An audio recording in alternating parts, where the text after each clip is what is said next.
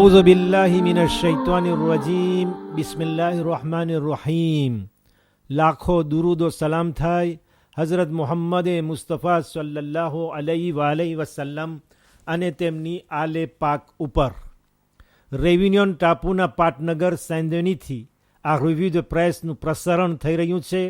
આજ સોમવાર તારીખ 30 સપ્ટેમ્બર 2013 30 સપ્ટેમ્બર 2013 2013 આ મહિનાનો આખરી દિન છે. મુલ્લા નિસાર તમારો આવકાર કરી આપ સર્વે ખોજા ટીવી રેડિયો અને એરવેસના માન્ય શ્રોતાજનોને કહે છે અસ્સલામુ અલૈકુમ વરહમતુલ્લાહી વબરકાતુહ.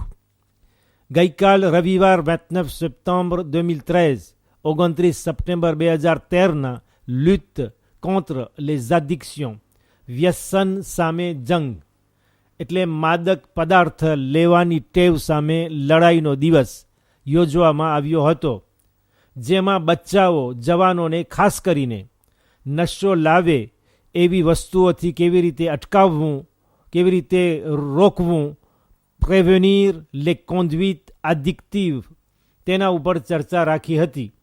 જેમાં પુખ્ત જવાનીમાં પહોંચ્યા ન હોય એવા બચ્ચાઓ એડોલેસન્ટ બહુ જ ગૂંથાઈ ગયા છે અને વધુ પ્રમાણમાં શરાબ, દારૂ, ગાંજો અને દવામાં મુબતેલા છે.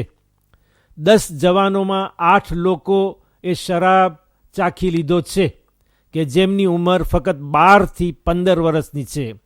તેમાંથી 20% યાને 2 જવાનો દરરોજ બીડી ફૂંકી રહ્યા છે અને 10 જવાનોમાંથી 3 જવાનો યાને 1 તંત્રાંશ ગાંજો ફૂંકે છે.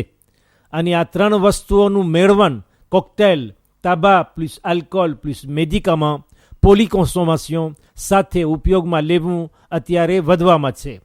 આ સમાચાર સ્થાનિક રેવિન્યોન ટાપુને લગતા તમને લે કોતિદિયન પાજ 12 નંબરના પેજ ઉપર અને જોર્નાલ de l'île પાજ 15 નંબરના પાના ઉપર આ સમાચારો મળશે. ઉપચાર કરવા કરતાં રોકવું વધુ સારું છે. mieux vaut prévenir que guérir. આ ભૂલાઈ ન જાય તે માટે યાદી આપવાનું કે ગયા શનિવાર તારીખ 28 સપ્ટેમ્બર 2013 28 સપ્ટેમ્બર 2013 ના મૂંગા બહેરાનો આંતરરાષ્ટ્રીય દિન મનાવવામાં આવ્યો હતો અને કહે છે કે 123 દેશો 123 pays આમાં ભાગ લીધો હતો. World federation for the deaf અહીં રેવિન્યોનમાં આશરે 5000 વાચાહીન અને બહેરા માણસો સૂર મ્યુએ છે, જેમાંથી 80% ઇલ્લેત્રે અભણ છે કે લખતા વાંચતા જાણતા નથી. 60% શોમેર કામ વિનાના બે ગુજરાન છે. 80% ઇલ્લેત્રે, 60% શોમેર. સમાજની અંદર તેમને સરખી જગ્યા મળે તે માટે તેઓ લડી રહ્યા છે. અમે દૂધ આપનાર ગાય સમાન છીએ. ઔષધિ શાસ્ત્ર વાસ્તે એટલે કે des vaches à traire pour la médecine. અને બિઝનેસ છે, બિઝનેસ છે implant pour les implants et protèges. implant અને પ્રોટેજ માટેના વેપાર વાસ્તે એમ તેમની સંસ્થાના પ્રમુખે પોતાના પ્રવચનમાં જણાવ્યું હતું.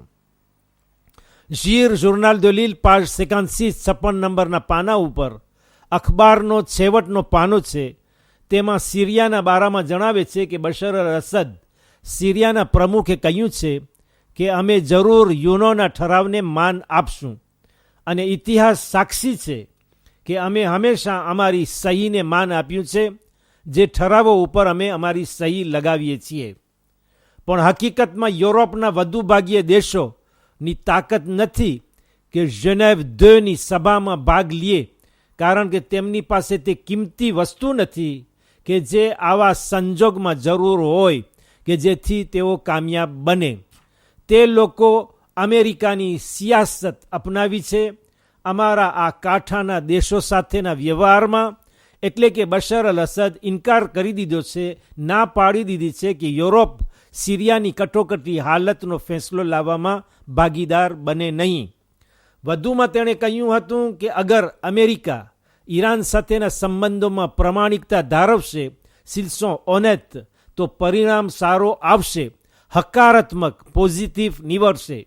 સિરિયાની કટોકટી માટે તેમજ આ અરબ મધ્ય પ્રાંતની ગંભીર હાલત માટે. અહીં જણાવવાનું કે જનાબ હસન રૂહાની ઈરાનના પ્રમુખ પોતાના વતનમાં શનિવાર તારીખ 28 સપ્ટેમ્બર 28 સપ્ટેમ્બરના પહોંચી ગયા છે. વિમાન પટ ઉપર તેમનું સ્વાગત બે તરફના લોકો વતી થયું હતું. અમુક વિરોધીઓ હતા. એક માણસો તો એટલી હિંમત કરી કે બૂટનો ઘા કર્યો. હવે તો તમને ખબર છે ને, બૂટના ઘા કરવાની એક ખરાબ આદત થઈ ગઈ છે. પરંતુ તેમની ગાડી સુધી આ ઘા પહોંચ્યો નહીં અને બીજા લોકો તેમની તરફેણના હતા કે જે તેમને મુબારકી પાઠવતા હતા. જનાબ હસન રૂહાની તરફ દુનિયાની નજર હતી જ્યારે તેઓ ન્યૂયોર્ક ખાતે 68મી આસેમ્બલી જેનરલ de l'ONU 68મી સભા યુનોની જે રચવામાં આવી હતી ત્યાં પધાર્યા હતા. જ્યારે કે તેઓ એરપોર્ટ તરફ જવાની તૈયારીમાં હતા, પાછા વતન તરફ જતા હતા, ત્યાં તો ઈરાનના એમ્બેસી સફીરનો ફોન આવ્યો. જાણ કરી રહ્યા હતા કે અમેરિકાના પ્રમુખ બરાક ઓબામા તેમની સાથે ફોનમાં મુલાકાત કરવા ચાહે છે. જે વાતને ઈરાનના પ્રમુખે માન્ય રાખી અને બંને પ્રમુખોએ વાત કરીને 1980થી depuis 1980થી ચાલી આવતી એક જાતની આવી શત્રુતાને ખામોશ કરી આપી. ટેલિફોન મારફતનો આ સંપર્ક ઐતિહાસિક હિસ્ટોરિક બની ગયો. તે જ પાના ઉપર ઝીર જોર્નાલ de l'Île નીચેના ભાગમાં એક ખૂણામાં જણાવે છે કે મુંબઈ ખાતે એક મકાનનું પતન થતાં પડી જવાથી 60 માણસોને મોત નીપજ્યું છે અને 33 માણસો જીવતા એ દેકોમ્બ્ર ભાંગી ગયેલી વસ્તુઓ એ કચરામાંથી નીકળ્યા, જેના નીચેથી લાશો ગોતવાનું કામ હવે લોકોએ છોડી આપ્યું છે.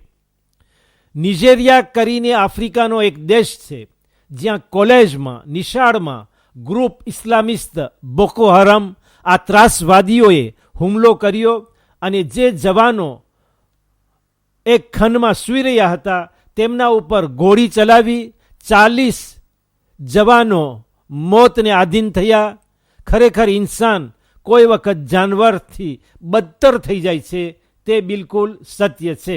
આ સમાચાર તમે જોર્નાલ de l'Îleમાં પાજ 53 નંબરના પેજ ઉપર મળશે.